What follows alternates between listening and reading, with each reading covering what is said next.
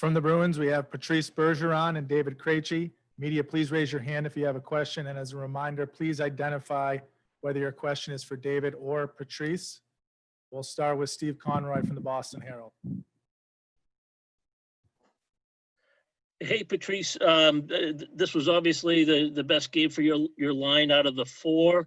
How confident were you guys coming into this game that you were able to make plays like you were able to today? Yeah, we're confident. You know, we're a confident group, confident line. I think you know, we got better as it went on the round robin. Obviously, you want more. You want to keep getting better and taking the next step, especially when you know, we thought that tonight was a really important game. Obviously, you know, starting round one, so we had to put whatever was behind us in the past and you know, get some rhythm going. And I thought you know, Krejci's line and Corrali line, they had some they got some momentum for us. They got us going, and I thought we followed up. Kevin DuPont, Boston Globe. David, on your goal, can you just kind of describe what was happening as it's coming to you and what options you have there, if any, other than to shoot, and just your general thoughts on how that line is coming together?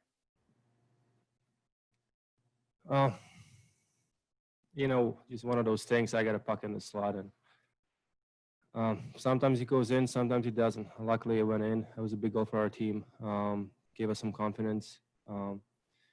But at the same time, we have another game tomorrow. You know, playoff momentum changes pretty quickly. So, you know, like they always say, never too high, never too low. Correct the mistakes. You know, look at some positive, improve on those, and move on. Steve Wino, Associated Press. Hey, Patrice, heard you say on TV that you guys were joking to try to get this done in before the fifth overtime. Kind of what was that conversation like after what you guys went through last night?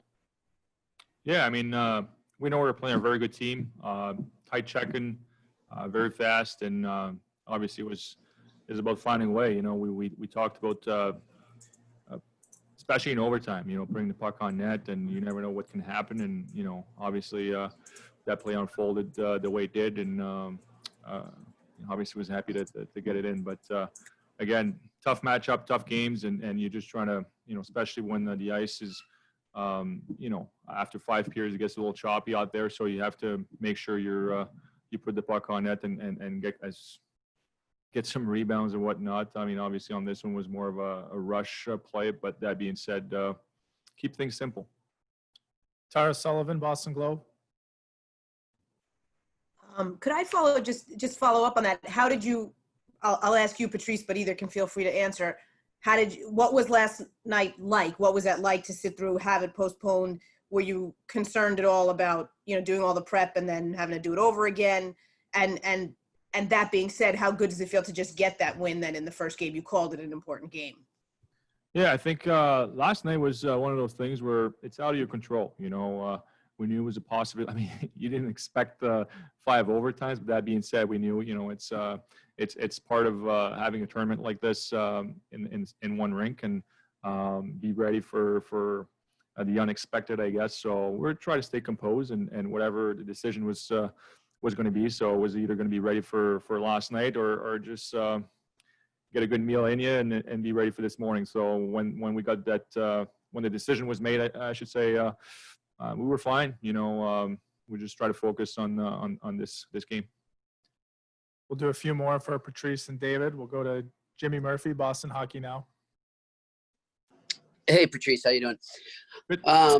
Just, you know, throughout the last couple of days leading into this, obviously, you know, a lot of media, a lot of fans, myself included, were wondering what was going on with the round robin and the way you guys were playing. But you guys were adamant that you felt good where you were.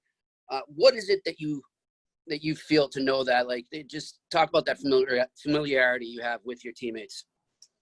Yeah, I think when things are going well, you at times, you know, you get complacent and you don't work on things that you need to work on. Obviously, you want things to go well all the time. That's the you know, that's a perfect scenario, I guess I should say. But that being said, you know, we were able to look at video and then realize what we can improve, what are the areas that we can get better. I thought as a team we did that throughout that round robin, and now it's behind us. Honestly, we're focusing on game 2 tomorrow. That's all I can really tell you, Murph. But I think that's what how we were trying to approach it. Last one from Mike Petraglia, CLNS. Hey, Krejci, how you doing? Can you hear me, David? Yeah.